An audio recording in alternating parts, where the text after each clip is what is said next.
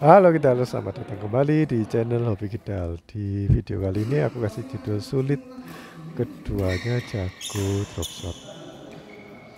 Di sini aku main sama Ricky dan di sebelah sana ada Dito dan Victor. Yang aku maksud ya keduanya ini Victor sama Dito itu dropshotnya ngeri. Jadi kalau sebenarnya aku lebih takut Victor kalau dropshot sih, soalnya dia itu mampu untuk ngelop terus smashnya keras, juga dropshotnya tipis, terus pura-pura kayak nyemesnya itu bagus gitu. Jadi kayak ditekuk dulu sikunya ke depan maju tapi pergelangannya telat. Nah kan kita kadang-kadang nggak tahu ya, kalau sikunya lengan itu udah maju itu bisa aja kan di lob, atau ya kebanyakan sih di lob, tapi jarang kalau ada yang ngasih dropshot. Nah itu yang perlu ditakuti sih dari seorang Victor. Kalau Dito itu bagusnya gerakannya Dito itu gerakan yang nggak umum gitu. Jadi orang yang belum kenal sama Dito mungkin agak sulit untuk nebak ya. Karena bolanya itu kayak eh, tubuhnya itu kayak nggak nggak gerak gitu, atau nggak kayak mau mukul, tapi ternyata cuman di drop aja. Nah kalau drop shot mau bagus tuh sebenarnya eh, ya biasa kalau main double sih, itu bolanya itu lurus terus terjun ke bawah ya. Tapi kalau main single itu biasanya bolanya agak melambung sehingga dapatnya atau jatuhnya itu di dekatnya net. Walaupun mungkin nanggung, tapi kan kalau main single nggak apa-apa. Misalkan lawannya itu masih di belakang, jadi kita harus kasih yang dekat net supaya lawan tuh larinya lebih jauh.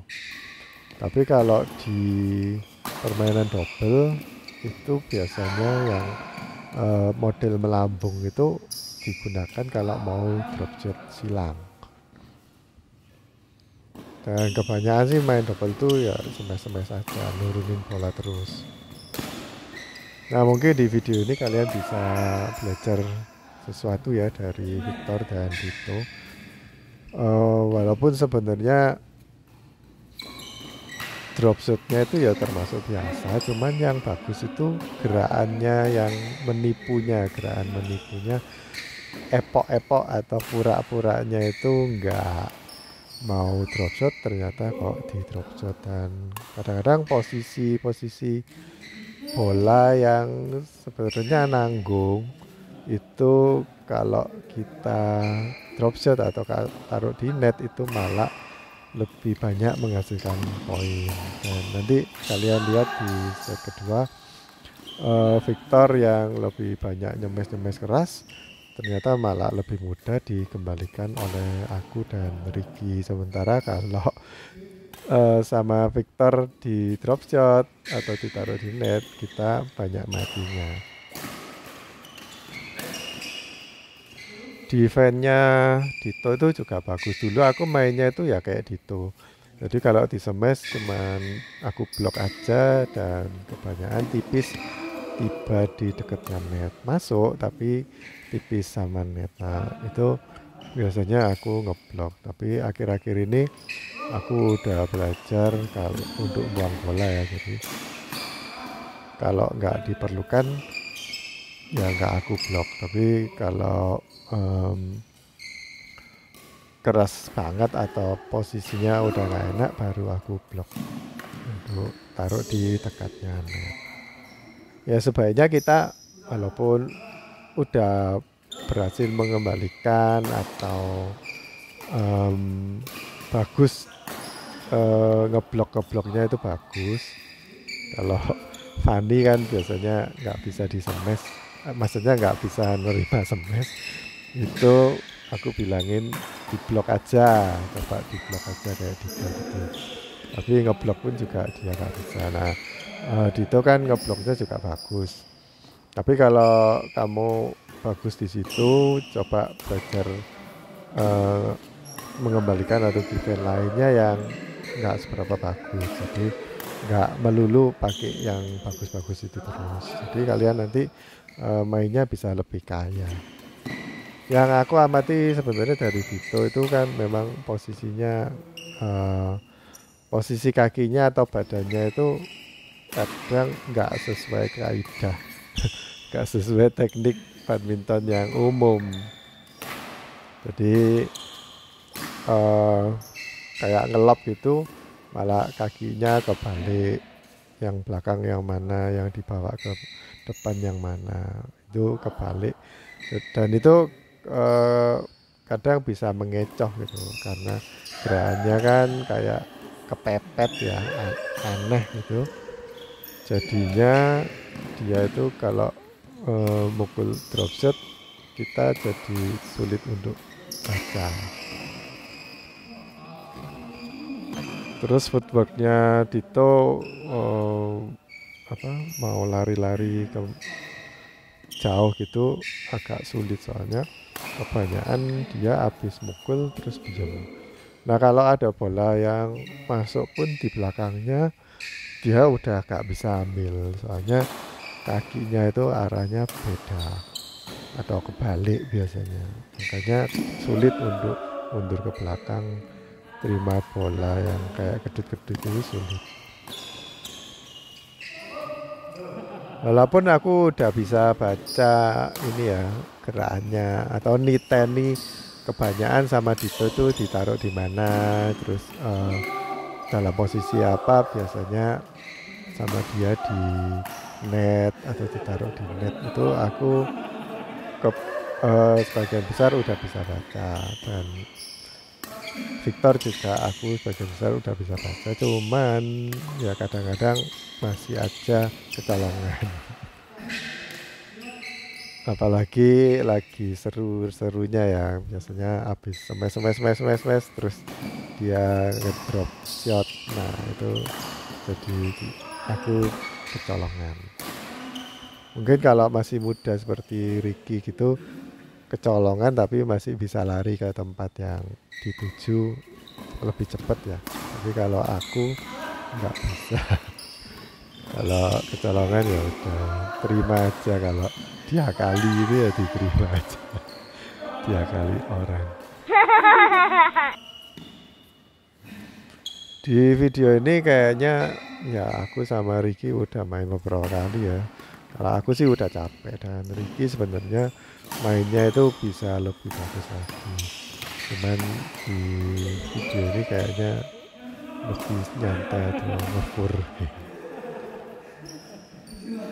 Tapi walaupun ngefur tuh dia nggak males loh, kadang-kadang kan cuman naruh bola tuh seenaknya. Jadi nggak dia itu nggak pakai taktik atau strategi ya. Jadi naruh bola pokoknya asal kembali, tapi ya kembalinya bagus gitu. Bisa dikembalikan semua, kalaupun dia tanggung terus disemes ke arah mana tuh dia udah tahu dan bisa mengembalikan sih kebanyakan, walaupun nggak semua. Maksudku mungkin ada strategi juga sih dari Ricky, karena aku juga nggak tanya. Tapi kadang-kadang yang anak klub, Ricky itu kan anak klub, aku juga dulu sempat ikut klub. Itu biasanya dilatih simulasi atau dilatih stroke. Jadi habis gini kita harus lari kemana. Jadi stroke itu biasanya kalau kita nempatin bola kemana itu lawan tuh bakal kesulitan ambil, lalu kebanyakan bolanya bakal ditaruh di mana itu kita udah tahu, sebagian besar udah tahu, terus tinggal ditungguin. Jadi misalnya kita dari belakang ngelop ke lawan ke belakang ya, jadi lawan tuh terdesak ke belakang, terus dia mengembalikannya itu kalau tangguh ya kita kasih di net. Nanti kan lawannya maju, biasanya kalau maju itu kalau enggak ngenet lagi, soalnya kalau diangkat biasanya nyangkut, dia bakal ngasih silang, net silang. Nah kita bisa tungguin di sebelah kanan untuk net kill. Jadi pola mainnya itu kita kayak L gitu. dan baik L biasa atau L kebalik juga nggak masalah, dari kanan ke kiri atau kiri ke kanan. Tapi itu adalah sesuatu pola atau taktik yang biasanya kita terapkan, pemain klub biasanya terapkan. Jadi kayaknya di sini Ricky itu nggak nerapkan kayak gitu, tapi cuman main lepas ya. Jadi kayak main di cuman asal kembali tapi nggak ngasal, maksudnya nggak nanggung, tapi cuman ya dikembalikan seenaknya.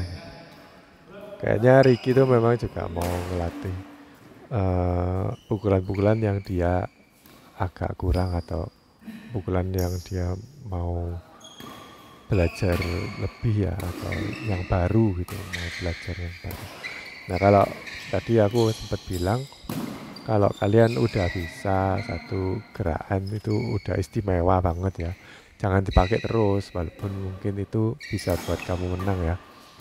Tapi jangan pakai terus, latih lagi lainnya yang kalian tuh masih kurang. Dan kalau dilatih ada temenmu yang sukarela mau ngelatih kamu, itu ya bersyukurlah. Terus jangan ini ya, jangan cepet capek. Misalkan kemarin tuh aku diminta untuk ngajarin ini pindah-pindah forehand sama backhand. Nah, aku kasih dia umpan forehand backhand, malah dia yang ngocak aku depan belakang laduk. Ya, jangan gitu. Kalian kalau mau dilatih depan belakang ya nanti aku kasih bola depan belakang. Kalau mau dilatih kiri kanan ya aku kasih kiri kanan. Jangan malah ngocak aku yang disuruh belajar. Jangan kayak gitu. Kalau kalian bayar coach itu juga, coachnya itu biasanya diam di satu tempat, kalian yang muter-muter lapangan kiri kanan maju depan belakang. Jangan malah ngajarin coachnya.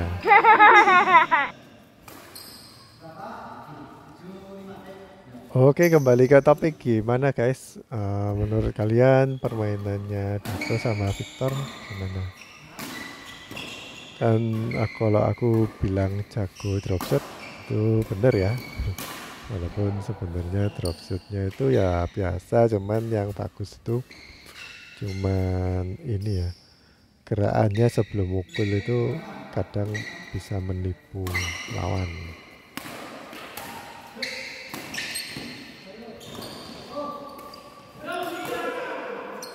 Kalau aku amati sih Victor itu volley-nya atau pergelangannya itu bagus, jadi sering nunggu bola terus dipukul keras gitu.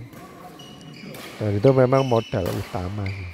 Kalau main badminton memang modal utamanya volley itu harus bagus. Terus yang kedua, kalau kita itu mau nipu ya, itu kakinya itu harus bisa siap dulu. Maksudnya kita bisa mengarah mengejar bola itu cepat, kakinya udah nyampe, baru kita mau nipu itu kadang kan ditahan dulu terus ditarik terus baru dipukul ya. Tapi kalau kita langkahnya itu telat, bakal sulit kita mau nipu lawan. Terus kadang kalau kita main sistem gendongan ya, yang satu kan lebih bagus mainnya, terus mainnya itu cover lari-lari kiri kanan gitu.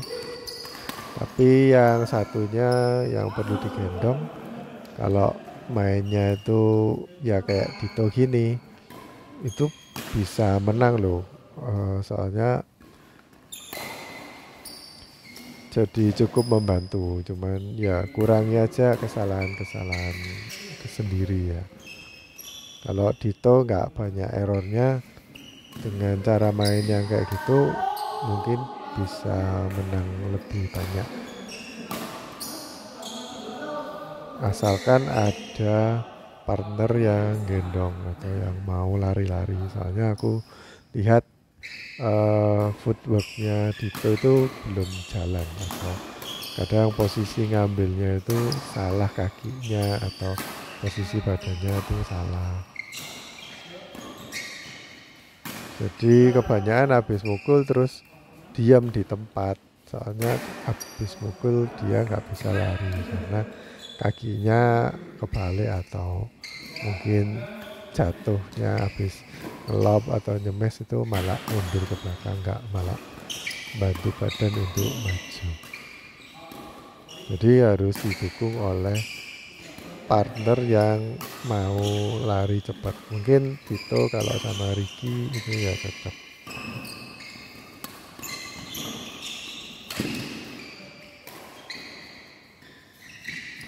Nah kalau umum itu kan kayak Tito gini, habis mukul kaki raketnya dibawa ke depan, jadi bisa maju ke depan lari. Nah ini kalau lagi rally panjang baru dia niat mainnya kayak gitu. Nah kalau nggak rally panjang kok mainnya nggak kayak gitu. Jadi kebanyakan itu karena ini ya, sifatnya orang sih, merasa kalau oh pukulan yang terakhirku itu pasti bisa mematikan lawan dengan cepat gitu. Tapi kalau lawannya itu bagus mainnya, ya pukulan yang cuman sekali itu aja yang terakhir terus bisa dikembalikan udah mati malah. Jadi nggak boleh kayak gitu sih. Kita nggak boleh berprasangka bahwa pukulan kita yang terakhir itu bakal mematikan atau lawan langsung mati. Walaupun smash keras pun juga kadang bisa dikembalikan oleh lawan kalau kelasnya itu beda sama kalian ya. Kalau kelasnya atlet pun juga ada grade-nya kok. Oke, di akhir-akhir video ini aku akan membagikan tips bagaimana menghadapi orang yang mainnya kayak Victor dan Dito. Kalau aku sih, kalau dari aku itu taktikku adalah sengaja aku kasih lob supaya mereka itu